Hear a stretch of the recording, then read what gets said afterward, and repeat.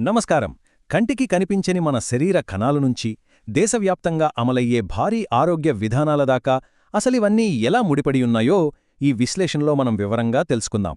మానవ శరీరంలోని అద్భుతమైన వ్యవస్థలు, వాటిపై దాడి చేసే వ్యాధికారకాలు మరియు ఆ దాడులను తిప్పికొట్టడానికి జాతీయ స్థాయిలో ఉన్న వ్యూహాలను చాలా స్పష్టంగా అర్థం చేసుకునే ప్రయత్నం చేద్దాం. సరే, ఇక ఏమాత్రం ఆలస్యం చేయకుండా నేరుగా విషయాల్లోకి వెళ్దాం. ఈరోజు మన ప్రయాణాన్ని ఒక 4 దశల్లో చూద్దాం. మొదటగా ద హ్యూమన్ ఫోర్ట్రెస్, అంటే మన శరీరం అనే కోట ఎలా పనిచేస్తుందో చూసి, ఆ తర్వాత ద ఇన్వేడర్స్, అంటే ఆ కోటపై దాడి చేసే క్రిముల గురించి తెలుసుకుందాం. మూడో దశలో ద డిఫెన్స్ స్ట్రాటజీ, అంటే జాతీయ స్థాయిలో ఉన్న రక్షణ విధానాలు ఏంటో అర్థం చేసుకుని, చివరగా ట్రాప్స్ అండ్ ఫ్యాక్ట్స్ విభాగంలో సాధారణంగా జరిగే పొరపాట్లను సమీక్షిద్దాం. సరే, మన మొదటి విభాగమైన ద హ్యూమన్ ఫోర్ట్రెస్తో మొదలు పెడదాం. అసలు మన శరీరాన్ని ఒక సంక్లిష్టమైన కోటగా ఊహించుకుంటే దీన్ని అర్థం చేసుకోవడం చాలా సులభమవుతుంది. ఆ కోటలో అద్భుతమైన కమాండ్ సెంటర్లుంటాయి. ఉదాహరణకు నాడీ వ్యవస్థ ఒక కంట్రోల్ సెంటర్లా పనిచేస్తుంది. ఇందులో విశేషమేంటంటే మన శరీరంలోనే అతి పొడవైన కణం ఈ న్యూరానే. అలాగే రక్త ప్రసరణ వ్యవస్థను తీసుకుంటే అది ప్లాజ్మా, ప్లేట్లెట్స్ ఇంకా ఆక్సిజన్ను మోసుకెళ్లే హీమోగ్లోబిన్లతో ఒక పర్ఫెక్ట్ రవాణా వ్యవస్థలా పనిచేస్తుంది. ఇక శ్వాస వ్యవస్థ, జీర్ణ వ్యవస్థలైతే ఈ కోటకు నిరంతరం ఆక్సిజన్, శక్తి అందేలా చూసుకుంటాయి. కోట అన్నాక కాపలాదారులు ఉండాలి కదా. మన ఇమ్యూన్ సిస్టమ్ లేదా రోగనిరోధక వ్యవస్థే ఆ బాధ్యత తీసుకుంటుంది. ఇది వైట్ బ్లడ్ సెల్స్ మరియు యాంటీబాడీలను వాడి ముప్పును ఎదుర్కొంటుంది. ఇక్కడ మనం ప్రధానంగా 2 రకాల ఇమ్యూనిటీల గురించి తెలుసుకోవాలి.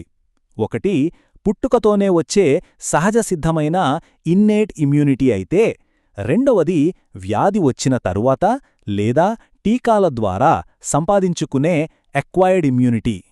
ఈ రోగనిరోధక వ్యవస్థకు సహాయపడటానికి మనం వాడే ఒక అద్భుతమైన కృత్రిమ సాధనమే వ్యాక్సిన్. ఇది ఎలా పనిచేస్తుందంటే, అసలు వ్యాధి రాకముందే మన ఇమ్యూన్ సిస్టమ్కి ఒక మాక్ డ్రిల్ లాంటిది కండక్ట్ చేసి ఆ రోగాన్ని ఎలా ఎదుర్కోవాలో ముందుగానే అద్భుతంగా ట్రైనింగ్ ఇస్తుంది. అయితే ఆ కోట ఎంత పటిష్టంగా ఉన్నా నిరంతరం దానిపై దాడులు జరుగుతూనే ఉంటాయి. అవేంటో మన రెండో విభాగం ద ఇన్వేడర్స్లో చూద్దాం. ఈ వ్యాధికారకాలు ఎలా చొరబడతాయన్నది చాలా ఆసక్తికరంగా ఉంటుంది. ఇక్కడొక ప్రశ్న వేసుకుందాం. మలేరియా అనేది వైరస్ వల్ల వస్తుందా? కాంపిటీటివ్ పరీక్షల్లో చాలామంది ఇక్కడే బోల్తా పడుతుంటారు. వ్యాధుల మూల స్వభావాన్ని తప్పుగా అర్థం చేసుకోవడం వల్లే ఇలాంటివి జరుగుతాయి. దీనికి ఖచ్చితమైన సమాధానం తెలియాలంటే ముందుగా మనం ఒక కీలకమైన కాన్సెప్ట్ అర్థం చేసుకోవాలి. అదేంటంటే వెక్టర్కి మరియు ప్యాథోజన్కి మధ్య ఉన్న తేడా. లాజికల్గా ఆలోచిస్తే వెక్టర్ అంటే ఒక దోమలాంటిది. అది కేవలం వ్యాధిని మోసుకొచ్చే ఒక వాహనం మాత్రమే. కానీ ప్యాథోజన్ అంటే వైరస్ లేదా బ్యాక్టీరియా. ఇది ఆ వాహనాన్ని నడిపే డ్రైవర్ లాంటిదన్నమాట. అసలు వ్యాధిని కలిగించేది ఈ ప్యాథోజన్ మాత్రమేనని మనం ఖచ్చితంగా గుర్తుంచుకోవాలి. ఈ వ్యత్యాసం మనకు డెంగ్యూ, మలేరియాలను పక్కపక్కన పెట్టి చూసినప్పుడు ఇంకా స్పష్టంగా అర్థమవుతుంది. డెంగ్యూ అనేది పగటిపూట కుట్టే ఏడిస్ దోమ ద్వారా వ్యాపించే ఒక వైరల్ ఇన్ఫెక్షన్. కానీ మలేరియా అనేది అనాఫిలిస్ దోమ ద్వారా వ్యాపించే పరాన్నజీవి లేదా పారాసైటిక్ ఇన్ఫెక్షన్ మాత్రమే. సో ఇందాకటి మన ప్రశ్నకు సమాధానం దొరికేసింది కదా. మలేరియా అనేది వైరస్ కాదు, ప్లాస్మోడియం అనే పారాసైట్ వల్ల వస్తుంది. ఈ సమాచారాన్ని సులభంగా గుర్తుపెట్టుకోవడానికి ఒక చిన్న మెమరీ ట్రిక్ వాడదాం. డెంగ్యూను ఎప్పుడూ దాని పగటిపూట కుట్టే అలవాటుతో కలిపి డే మస్కిటో డిసీజ్ అని గుర్తుపెట్టుకుందాం.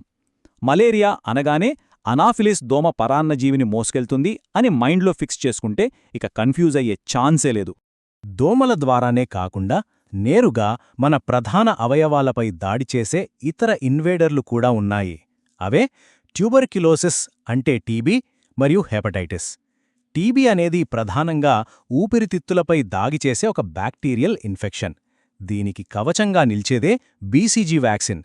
ఇక హెపటైటిస్ విషయానికొస్తే ఇది తీవ్రమైన కాలేయమంటకు కారణమవుతుంది. కలుషితమైన నీరు లేదా శరీర ద్రవాల ద్వారా ఇది ఎక్కువగా వ్యాపిస్తుంది. వీటిని కూడా శాశ్వతంగా గుర్తుంచుకోవడానికి చిన్న భాషాపరమైన హింట్స్ వాడుకోవచ్చు. ట్యూబర్కిల్స్ అనగానే నేరుగా ఊపిరితిత్తులు అని ముడిపెట్టండి. అలాగే హెపార్ అంటే లాటిన్లో కాలేయం అని అర్థం. కాబట్టి హెపటైటిస్ అనగానే అది లివర్కు సంబంధించిన వ్యాధి అని ఇట్టే మైండ్లో ఉండిపోతుంది. సరే, ఇప్పుడు 3వ విభాగానికి వద్దాం, ద డిఫెన్స్ స్ట్రాటజీ. ఇలాంటి వ్యాధికారకాలు భారీ స్థాయిలో లక్షలాది జనాలపై దాడి చేసినప్పుడు దాన్ని ఎదుర్కోవడానికి జాతీయ స్థాయిలో భారీ రక్షణ వ్యూహాలవసరం కదా. అవేంటో ఇక్కడ చూద్దాం. ఎన్వీబీడీసీపీ లాంటి భారీ కార్యక్రమాలు తీసుకుంటే ఇవి రోగాలను మోసుకొచ్చే ఆ వాహనాలపైనే గురిపెడతాయి. మలేరియా, డెంగ్యూ, చికెన్గున్యా లాంటి వ్యాధులు ప్రబలకుండా నిరోధించడానికి ఈ ప్రోగ్రాం ప్రధానంగా వెక్టర్ కంట్రోల్ పద్ధతులను వాడుతుంది. అంటే వ్యాప్తి చేసే కీటకాలను అరికట్టడం మీదే ఫోకస్ చేస్తుందన్నమాట. సమాజంలో బాగా పాతుకుపోయిన వ్యాధులను తరిమికొట్టాలంటే అత్యంత ప్రతిష్టాత్మకమైన లక్ష్యాలు అవసరమవుతాయి. 2025 ఈ సంవత్సరాన్ని బాగా గుర్తుంచుకోండి. నేషనల్ టీబీ ఎలిమినేషన్ ప్రోగ్రాం ఈ సంవత్సరం నాటికల్లా దేశం నుంచి టీబీని పూర్తిగా నిర్మూలించాలనే ఒక ఖచ్చితమైన టార్గెట్ పెట్టుకుంది. ఇది నిజంగా ఒక భారీ ముందడుగు. మన జాతీయ వ్యూహాలు కేవలం రోగాలు వచ్చాక చూడటం మాత్రమే కాదు, అవి రాకముందే అడ్డుకునే సమగ్ర వ్యవస్థలపైన ఆధారపడి ఉన్నాయి.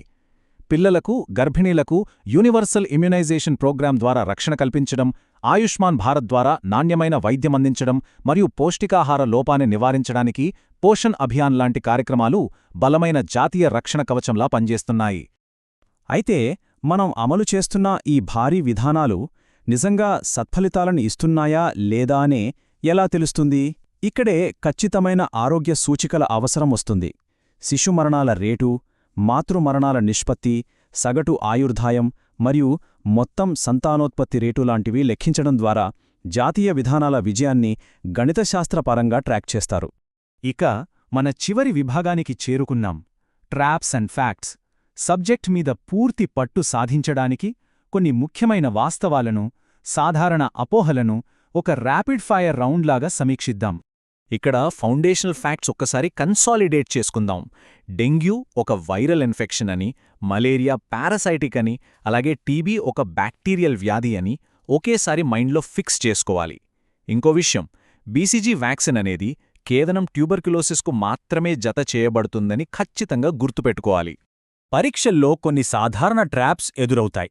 ఉదాహరణకు, మలేరియా వైరస్ వల్ల వస్తుందనో లేదా హెపటైటిస్ కిడ్నీలను దెబ్బతీస్తుందనో ఎవరైనా అంటే అది ఖచ్చితంగా తప్పు. అలాగే వెక్టర్, పాథోజన్ రెండూ ఒకటే అనుకోవడం కూడా చాలా ప్రమాదకరమైన పొరపాటు. ఇలాంటి అపోహల పట్ల మనం ఎప్పుడూ అప్రమత్తంగా ఉండాలి. ఈ విశ్లేషణను ముగించే ముందు ఒక లోతైన ప్రశ్నపై ఆలోచిద్దాం.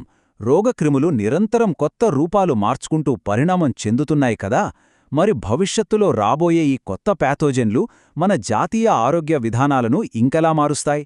సూక్ష్మ స్థాయిలో ఉండే జీవశాస్త్రం, దాడి చేసే రోగక్రిములు మరియు ఈ భారీ జాతీయ ఆరోగ్య వ్యూహాలు ఎప్పటికప్పుడు తమ రూపాన్ని ఎలా మార్చుకుంటాయో నిరంతరం గమనిస్తూ ఉండటం ఎంతైనా అవసరం.